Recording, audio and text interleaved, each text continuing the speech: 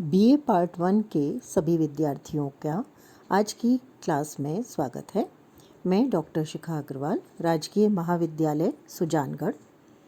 हम लोग पढ़ रहे हैं अपनी क्लास में परंपरागत दृष्टिकोण, और इसमें हम लोगों ने अपनी पिछली क्लासेस में ये पढ़ा था कि राजनीति विज्ञान यूनान से शुरू होता है और उसकी परिभाषाओं को हमने पढ़ा था, और उसमें हमने जानने का प्रयास किया था कि जो परिभाषाएं हैं वो राज्य से संबंधित हैं, सरकार से संबंधित हैं, क्योंकि कुछ परिभाषाओं में ये माना गया कि राज्य तो एक अमूर्त संस्था है और उसे मूर्त रूप सरकार ही देती है।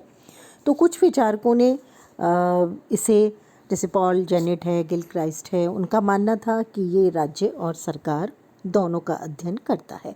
तो परंपरागत दृष्टिकोण जो हम लोग पढ़ रहे थे उसमें हमने 3 तरह से परिभाषाएं पढ़ी थी: राज्य के अध्ययन पर आधारित, सरकार के अध्ययन पर आधारित, और राज्य और सरकार दोनों के अध्ययन पर आधारित।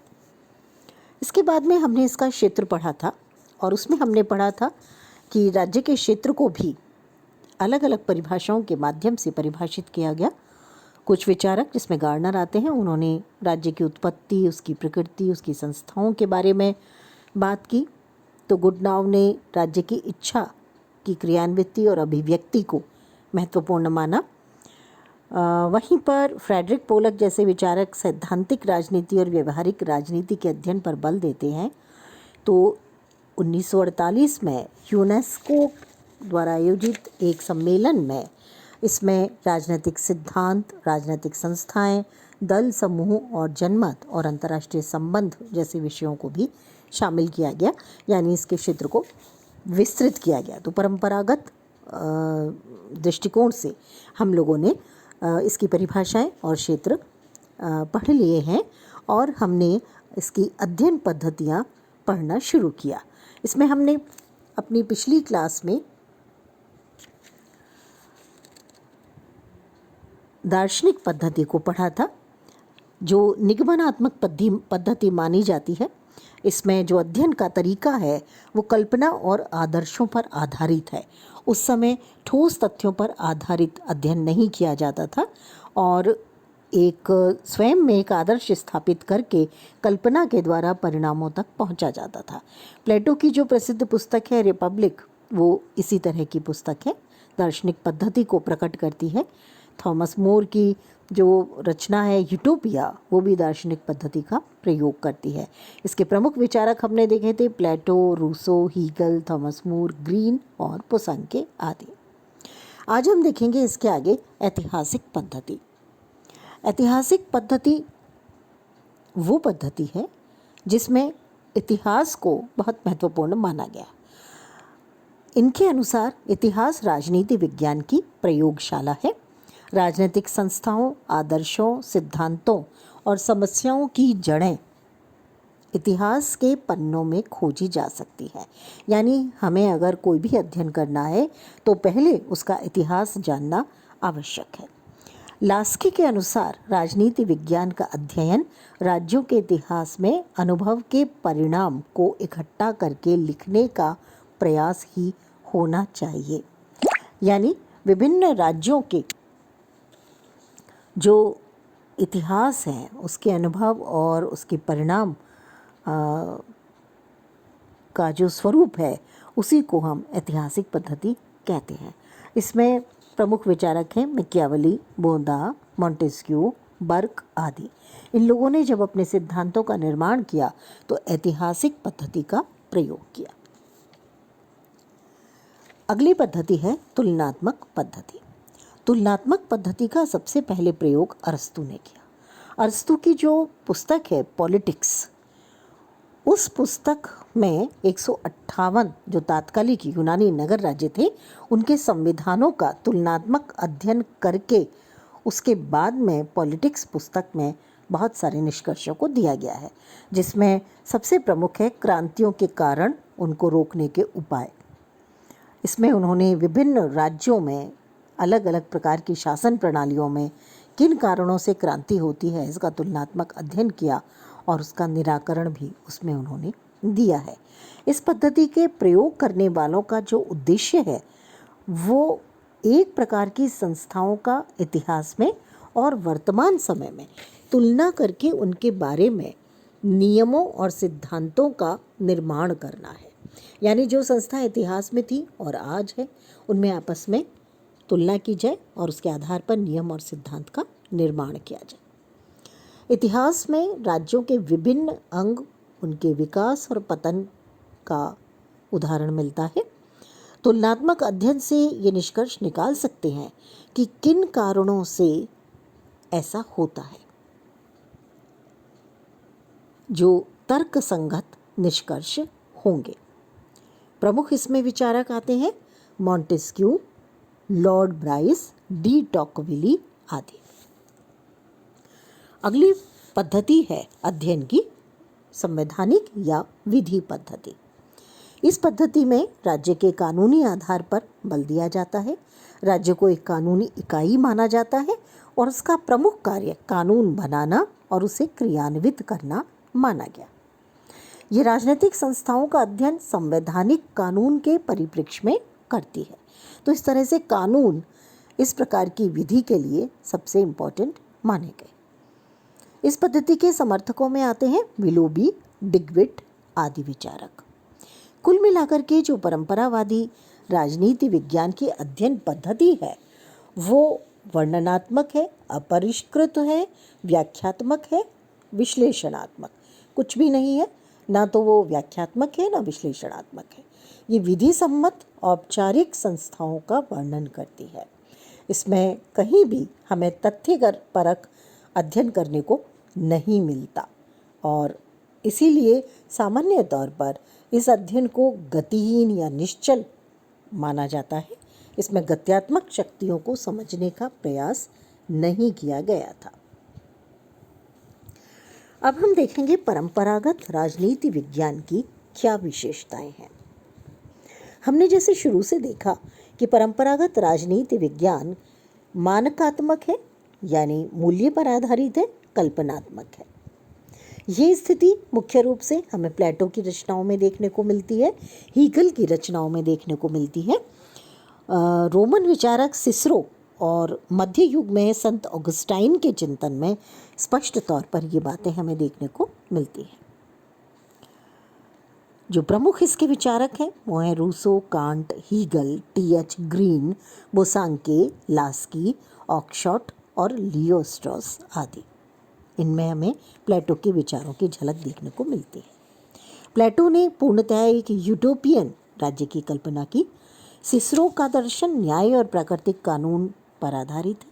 संत ऑगस्टाइन ने द सिटी ऑफ गॉड में सांसारिक नगर शैतान से प्रशासित है और ईश्वरीय नगर ईश्वर द्वारा संचालित है, ये वर्णन किया है। इसी तरह से संत थॉमस एक्विनास ने चर्च को सामाजिक संगठन का मुकुट यानी ताज माना है और उसे राज्य से ऊंचा दर्जा दिया है। कांट ने विधि या कानूनों को नैतिक कानूनों का अंग बनाया, तो हीगल ने राज्य को पृथ्वी पर ईश्वर का अवतार बताया है। इस तरह से जो परंपरागत राजनीति विज्ञान है वो कल्पना और दर्शन पर आधारित है। ये काफ़ी हद तक आचार शास्त्र से प्रभावित रहा और इसमें जीवन और सामाजिक लक्ष्यों और मूल्यों की ओर ज़्यादा ध्यान दिया गया। हम देखते हैं परंपरागत राजनीति विज्ञान की विशेषताएं कौन सी हैं। सबसे पहली विशेषता है कल्पनात्मक और आदर्शी अध्ययन है। इसमें मूल रूप से विचारक को ये कल्पना कर लेता है और उस कल्पना को रचनात्मक स्वरूप देते हुए सिद्धांत का निर्माण करता है।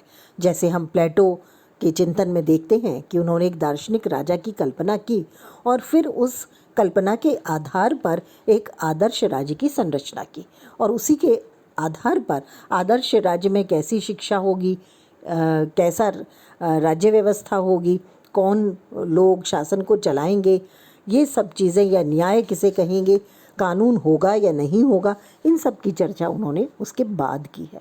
तो इस तरह से जो चिंतन शैली है वो आदर्शी सिद्धांत के निर्माण में सहायक होती है, लेकिन जीवन के वास्तविक तथ्यों से उसका संबंध नहीं होता। दूसरी विशेषता है अपरिष्कृत परंपरागत पद्धतियाँ।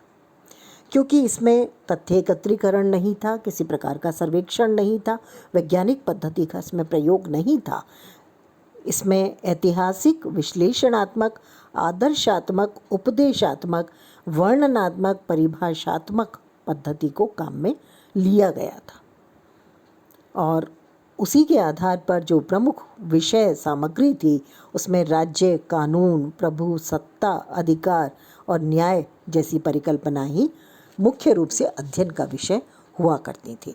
तो किसी प्रकार का कोई वैज्ञानिक अध्ययन इसमें नहीं था, तथ्यपरक अध्ययन नहीं था, दर्शन प्रधान, वर्णनात्मक, इतिहासवादी अध्ययन मात्र ये रहा। अगली विशेषता है परंपरागत अध्ययन की नैतिकता और राजनीतिक मूल्यों पर विशेष बल। जैसा हम शुरू से बात करते आ रहे हैं कि परंपरागत राजनीति विज्ञान का जो अध्ययन है वो उपदेशात्मक है, नैतिकता और राजनीतिक मूल्यों पर आधारित है। इसका मुख्य जो दर्शन है या उद्देश्य है वो है क्या होना चाहिए और इसका कार्य है नैतिक निर्णय देना। परंपरागत राजनीति विज्ञान का जो अध्ययन है ये राजनीति का नीति शास्त्र से घनिष्ठ संबंध मानता है और इसके अनुसार राजनीति आचार शास्त्र का परमादेश मात्र है। अगली विशेषता आती है राज्य को नैतिक संस्था मानना। परंपरागत अध्ययन जब हम करते हैं तो किसी भी विचारक की पुस्तक को जब हम पढ़ते हैं तो वह राज्य को उच्चतम जीवन का साधन मानता है। अरस्तु के अनुसार राज्य का अस्तित्व सद जीवन के लिए है, मात्र जीवन के लिए नहीं है। रूसो के अनुसार सब नागरिकों की वह इच्छा जिसका उद्देश्य सामान्य हित हो, सामान्य इच्छा है और सामान्य इच्छा ही राज्य है। तो राज्य को एक नैतिक संस्था के रूप में माना गया जिसका विरोध नहीं किया जा सकता था सामान्य तौर पर, तो इस तरह की संस्था इसे माना गया। पांचवी जो विशेषता आती है वो है कानूनी औपचारिक संस्थागत अध्ययन। पूरी तरह से हम जब परंपरागत अध्ययन करते हैं राजनीति विज्ञान के संदर्भ में तो इसमें केवल सरकारी संस्थाओं का अध्ययन होता था और वो भी कानूनी औपचारिक रूप से। जहाँ लिखित संविधान थे वहाँ संविधान में, और जहाँ लिखित संविधान नहीं थे वहाँ कानून द्वारा शासन व्यवस्था का क्या रूप रखा गया है, केवल इस बात को मुख्य रूप से दर्शाना ही परंपरागत अध्ययन का उद्देश्य था। इसका उद्देश्य ये नहीं था कि संविधान से अतिरिक्त शासन व्यवस्थाएं कैसे व्यवहार करती हैं। डाइसी, मुनरो, ऑग और जिंक ने अपने अध्ययन केवल औपचारिक संस्थागत व्यवस्थाओं के विवेचन तक ही सीमित रखे हैं। छठी विशेषता आती है मुख्यतः संकुचित अध्ययन है। संकुचित अध्ययन का अर्थ है कि जो अध्ययन इसमें किया गया परंपरागत राजनीति विज्ञान में वो मुख्य रूप से यूरोप और अमेरिका तक सीमित रहा। इसमें तीसरी दुनिया के देश, विकासशील देश, एशिया, अफ्रीका और लैटिन अमेरिका के देश, साम्यवादी जगत के देश, इनकी जो राजनीतिक व्यवस्था थी उसके अध्ययन पर ध्यान नहीं दिया गया। केवल पश्चिमी देशों की जो व्यवस्थाएं थी उनके लोकतांत्रिक शासन व्यवस्थाओं को ही इसके अध्ययन का केंद्र बिंदु बनाया गया। जैसा कि एक्सटीन और एप्टर ने कहा, परंपरागत दृष्टिकोण पाश्चात्य राजनीतिक व्यवस्थाओं तक सीमित रहा और प्रमुखतया एक संस्कृति संरूपण या समूह का इसमें अध्ययन किया जाता था। सातवीं विशेषता है दर्शन शास्त्र से प्रभावित अध्ययन है। ये जो अध्ययन है इसमें पूरी तरह से दर्शन शास्त्र की छाप देखने को मिलती है। यहाँ तक कि कुछ विचारकों ने तो इसे दर्शन शास्त्र के एक उपशाखा की तरह से मान लिया। दोनों में बेहद घनिष्ठ संबंध था और इसीलिए राजनीति विज्ञान को राजनीति दर्शन कहा जाता था। रूसो की सामान्य इच्छा की अवधारणा और टी.एच. ग्रीन का ये कहना कि राज्य का आधार शक्ति नहीं इच्छा है, ये राजनीति विज्ञान से ही निकले हैं। तो एक तरह से ये दर्शन शास्त्र पर बहुत ज़्यादा जोर देते थे। और अगला है व्यक्तिनिष्ठ अध्ययन। ये विशेषता बताती है कि परंपरागत राजनीति विज्ञान के सिद्धांत और मान्यताएं या निष्कर्ष जो इसके प्रतिपादक थे उनके व्यक्तिगत अनुभव और मान्यताओं से निकले हैं। इसीलिए इसे व्यक्तिनिष्ठ कहा गया। ये केवल व्यक्ति सापेक्ष सत्य को प्रस्तुत करते हैं, सार्वजनिक सत्य को प्रस्तुत नहीं करते।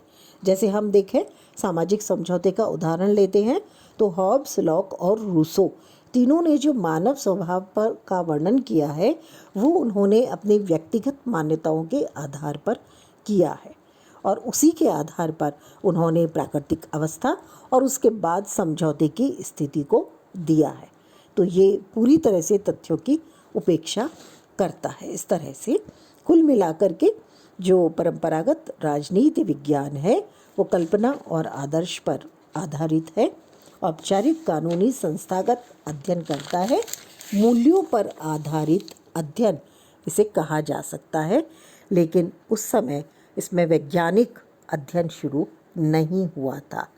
तो इस तरह से जो परंपरागत राजनीति विज्ञान है वो काफ़ी हद तक कानूनी औपचारिक संस्थागत अध्ययन क्योंकि कर रहा था, लेकिन समय के साथ विज्ञान और तकनीकी में आविष्कार हुआ, औद्योगिक क्रांति आई, मध्यम वर्ग को जन्म मिला और उसके बाद में पॉजिटिविज्म या ऑगस्ट काम्टे जैसे फ्रेंच सिद्धांतवादियों ने निश्चयवाद का सिद्धांत दिया और बहुत सारी असफलताएं परंपरागत अध्ययन की सामने आने लगी और इस तरह से कानूनी संस्थागत सत्ता के पीछे की वास्तविक और यथार्थ शक्ति की खोज को प्रोत्साहन मिला।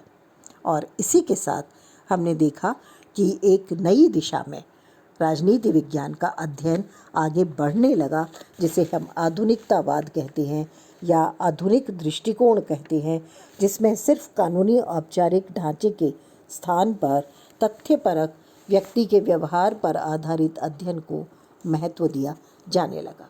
ये हम अपनी अगली क्लास में पढ़ेंगे।